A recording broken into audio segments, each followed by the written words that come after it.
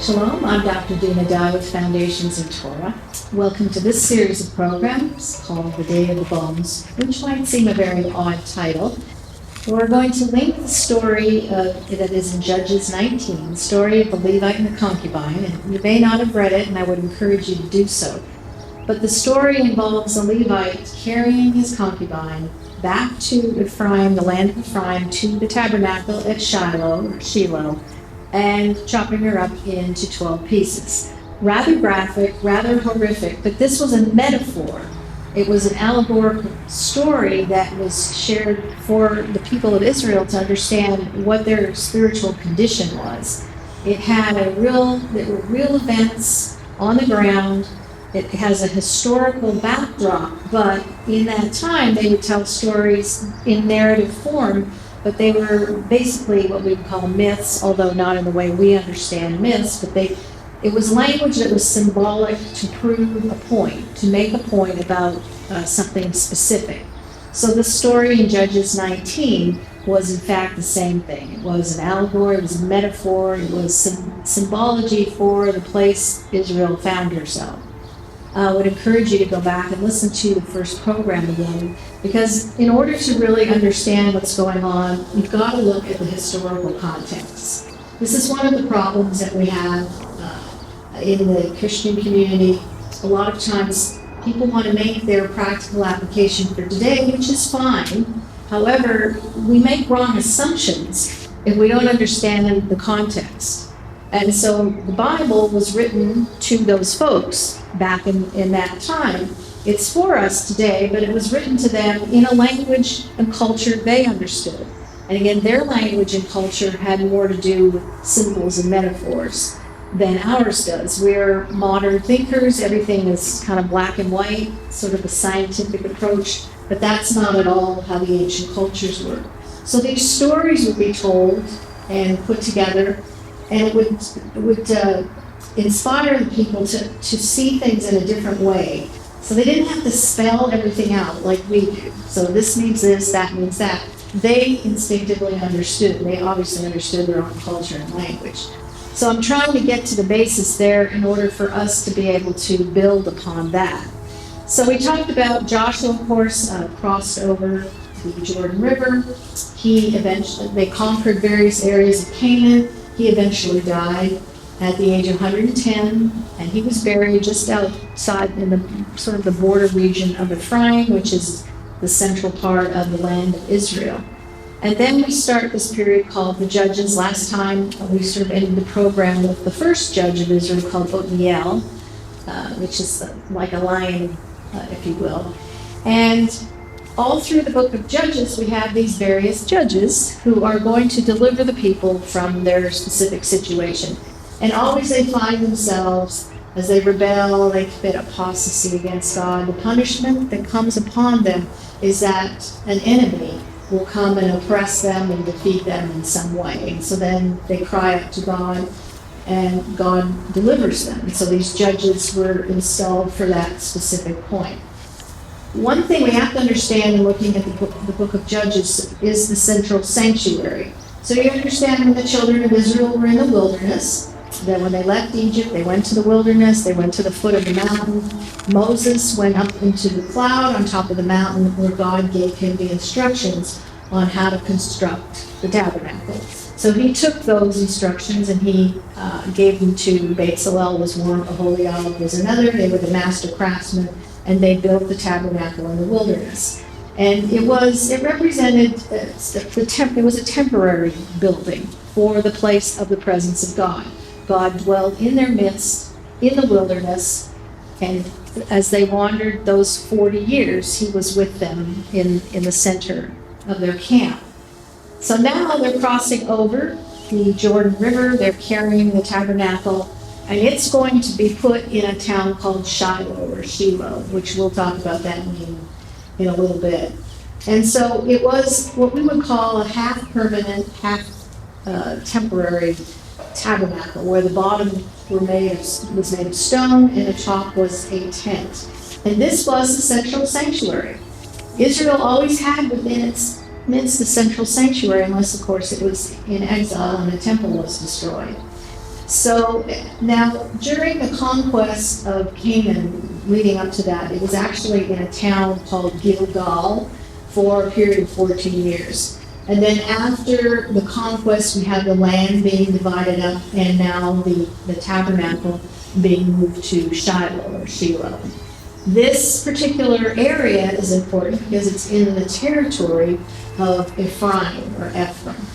And if you'll recall, last time we talked about this is Joshua's territory. So the Shiloh, the tabernacle, is in the area where Joshua was from and where he was buried. And Joshua dividing everything up was designed to avoid all the disputes between the various tribes. Since he was the leader at that point, how he divided it up, it seemed like it worked for everyone. Now, the period of the judges, although there's some debate on it exactly, it's about a 350-year period. We do have overlapping judges, and this is pretty traditional. We find this in the kings as well. Sometimes it's hard to sort through the various reigns of the kings and count them out because we have overlapping what we call co-regencies. And so if you don't take those into account, your accounting system is going to be off. And so we have the same thing kind of happening because we'll add up, we go, well, this doesn't match from the time they left Egypt or in the wilderness and crossed over. And then, of course, we have the kings coming to fore with King Saul, and the time, the numbers don't add up. And that's precisely because we have these overlapping periods of time.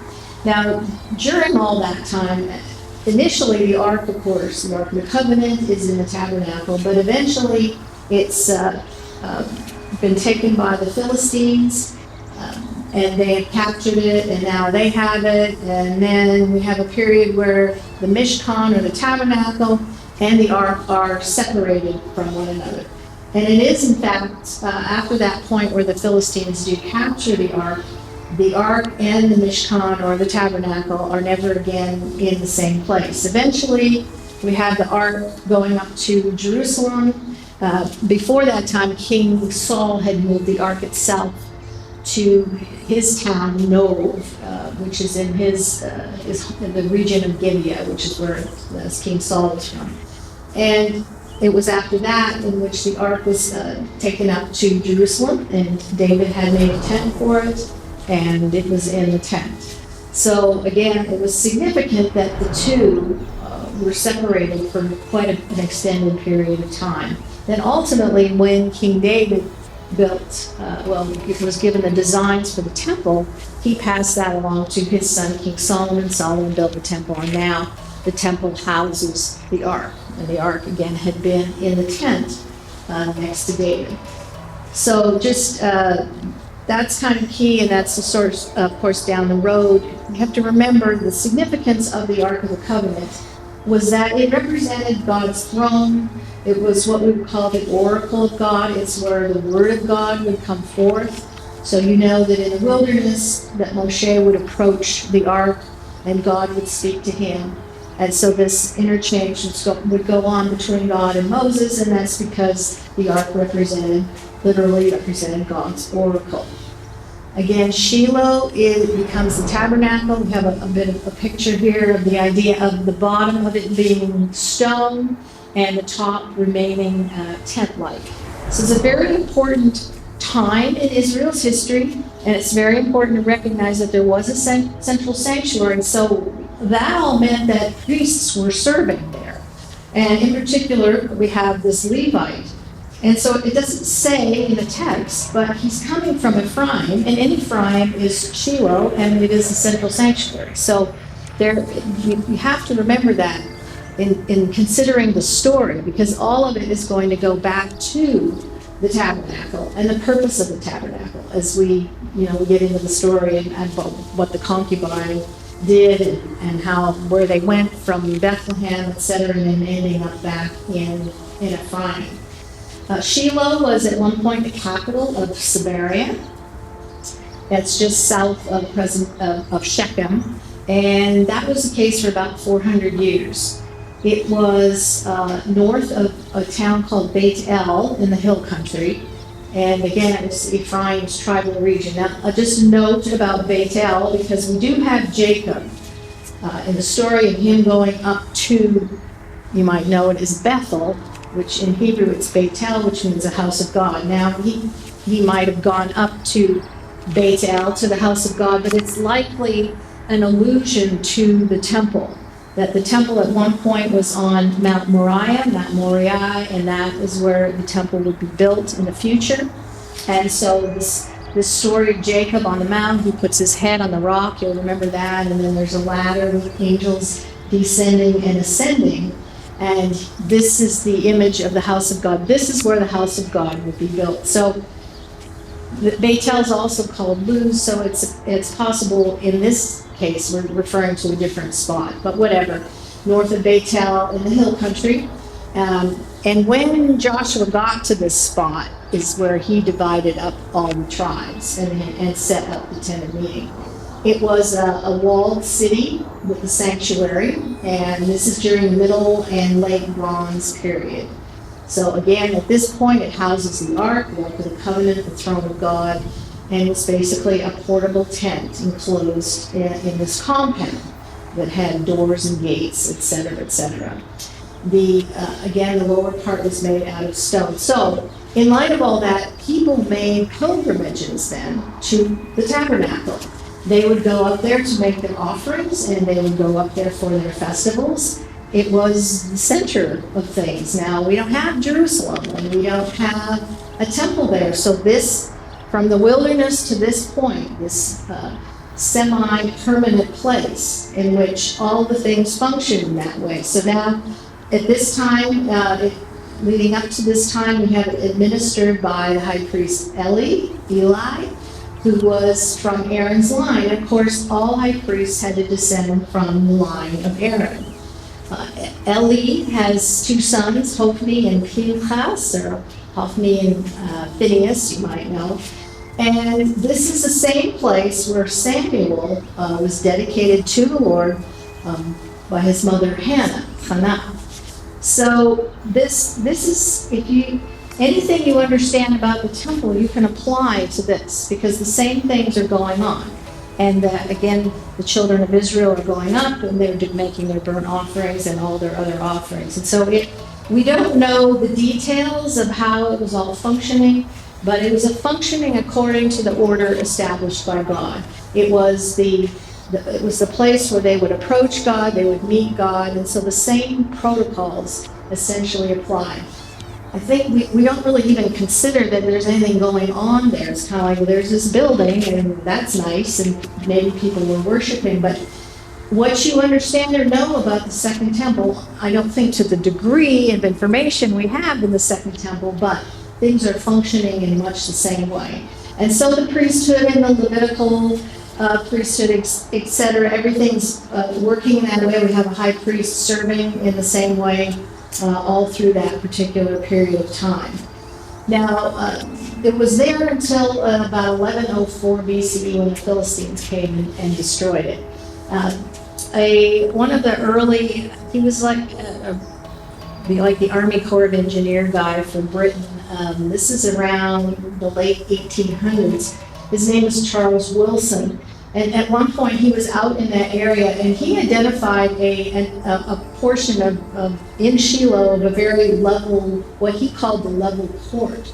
So it looked to him like the tabernacle could have been located in that particular place. And so Charles Wilson identified the space, 412 feet long, 77 feet wide. It was large enough to put and house the tent of meeting. He was the director of the topographical department at the British War Office, and he is part of an organization called the Palestine Exploration Fund. He's the one who discovered Wilson's Arch on the Temple Mount, worked with Charles Warren, who was an engineer, who was able to go underneath the temple. And so it's very interesting. I mean, if you ever have a chance to go there, it's fascinating to see this area. And you could try to imagine that the tabernacle was actually sitting there and functioning like it was supposed to.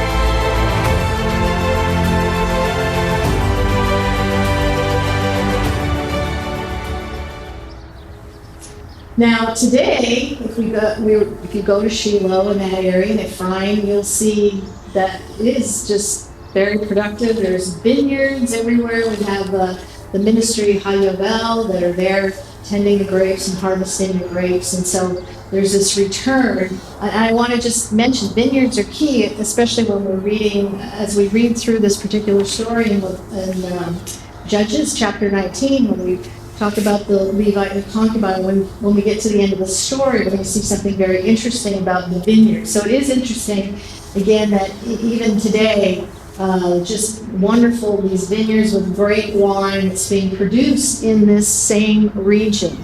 And these grapes are of very high quality. So support Israel and buy a bottle of wine from this part of the world. Now, we find too that the dew is significant. Dew is talked about quite a bit in Scripture, but literally in the summer months, it's the dew that waters the grapes. So all of this contributes to the whole concept of the restoration of the land. And as you can see out of this particular period in the Judges, the whole point of this period is to bring that restoration and establish the kingdom and the kingship. And when we finally do get out of this period, go through Samuel, at one point, King Saul becomes king. Of course, he's not the one from the right line.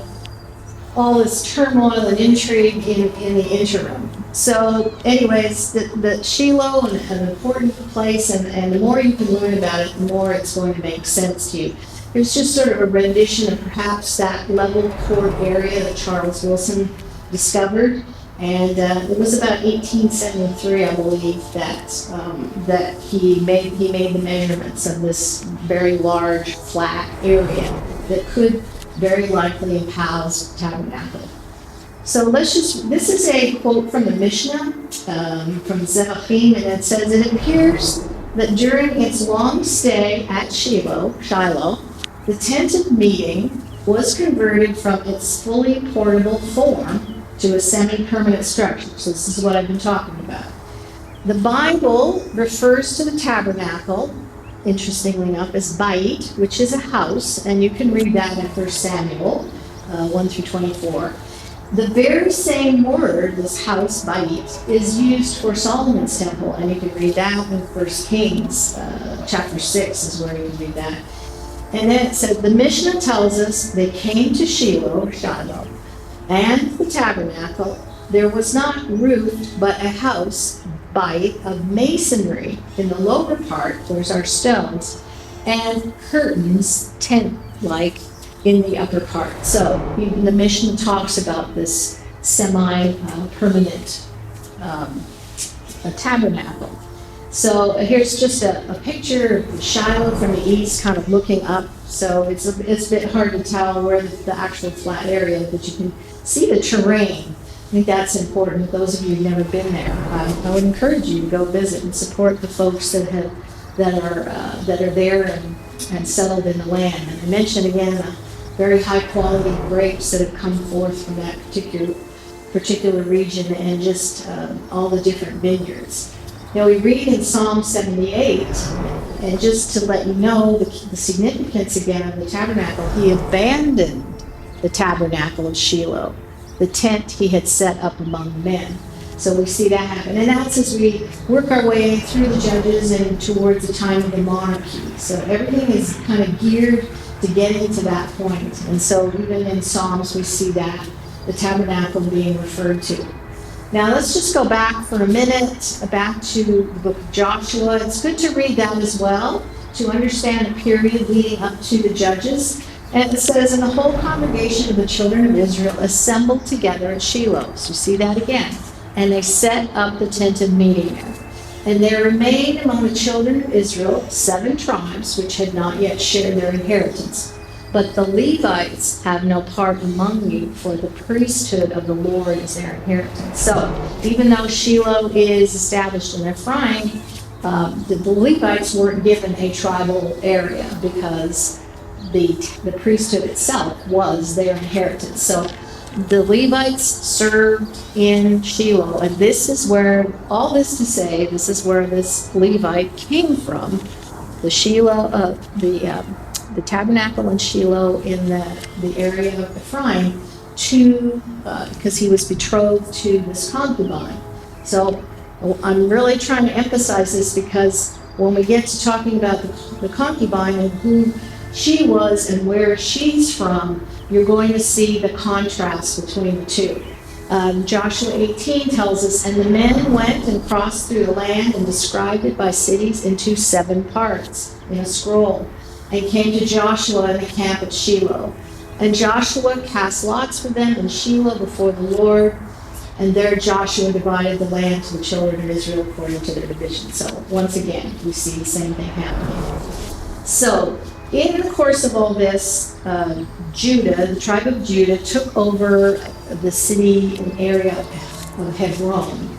And actually that was given to Caleb. We mentioned last time Caleb was merged into the tribe of Judah. He came under Israel's God, and it was as though he were part of the line of the kings, if you will. He was from Judah, and we distinguish that with Joshua, who was from Ephraim. During this period of the conquest, the tribe of Benjamin was unable to drive out the Jebusites. Now, the Jebusites were in the area of Jerusalem, and so this is kind of the region where Benjamin was. They were unable to drive it out. So I want to emphasize what's significant about Jerusalem is we're constantly dealing with foreigners overrunning Jerusalem and taking control. And really, not much has changed. We're still dealing with the same thing today. And so the nature of the enemy, the nature of these kings that we have all through history, we call the Gentile rulers or the Gentile empires, was always in opposition to God's rule and God's empire. And so the nations coming in with their kings to rule and reign from the seat where God would establish his house in Jerusalem. Because part of their deal was, in the ancient world, if you're a king and you're going to conquer a region, you took over that city and then you moved yourself into the temple of the god and sat and declared yourself to be king. And so these kings would always come and they would oppress Israel, but they would try to establish themselves by replacing the throne of God with their own throne. We see that with the Babylonians. Certainly the Assyrians took over the northern tribes from Samaria, kind of the same thing. But this is the pattern over and over again. And Jerusalem always ends up under the control of foreigners, mostly due to Israel rebelling against her God, and God sends the foreigners as punishment. And again, this is the whole nature of the period of the Judges.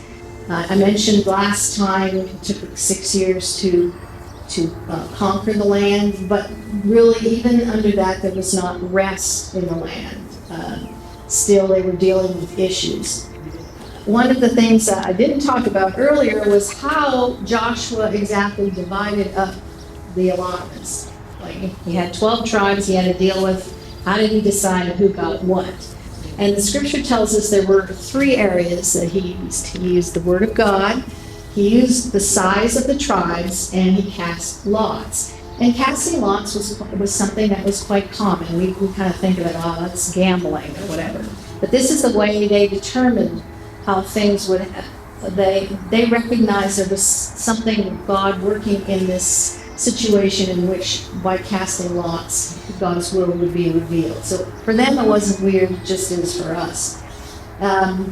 Again, they were unable to drive them all out, and so this is our situation. Here's another sort of picture, a bit farther back from the other one I had, to show you how the division of the tribes was in the land of Israel. And you can see that certain tribes were quite a bit smaller and had less land than others. The main ones we want to focus in on is between Benjamin and Ephraim and Judah. Those are the 3 tribes that we're kind of looking at. And I hope you can see it here. So Ephraim does look quite a bit bigger. Benjamin's teeny. And Benjamin is sandwiched in between Ephraim and Judah.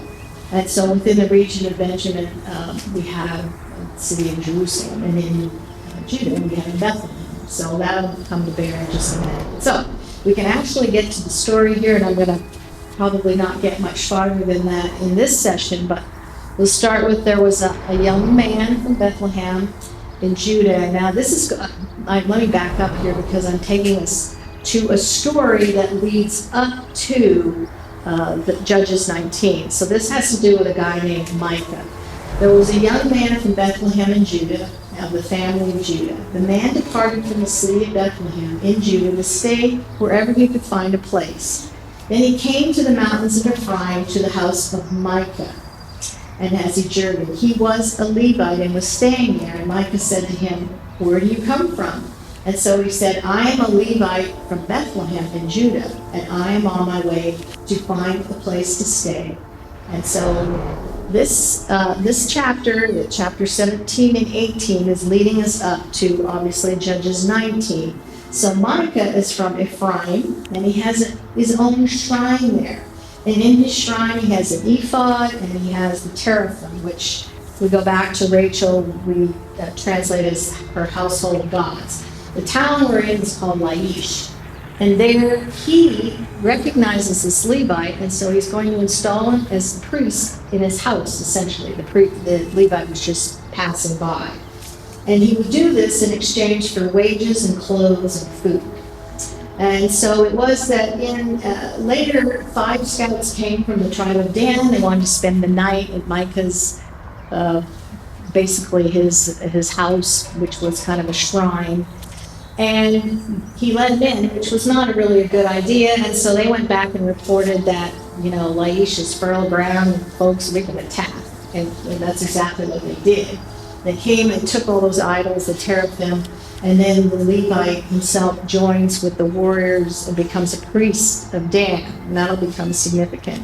And so Laish is actually rebuilt.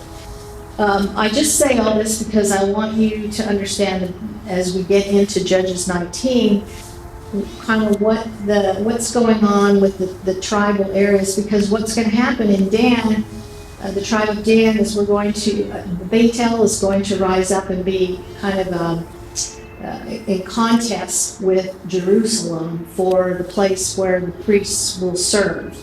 And this will be much later under King Jeroboam or King Jeroboam, when the kingdom actually splits and divides at that particular point. So there's a lot of sort of priestly, sacred space stuff going on in the house of the Lord. This is the context for all of the book of Judges. And so I really want us to understand that. So thanks for joining me in this session. I hope this has made sense. It's a bit on the historical side, but it's important that we understand. So I will see you next time. Shalom.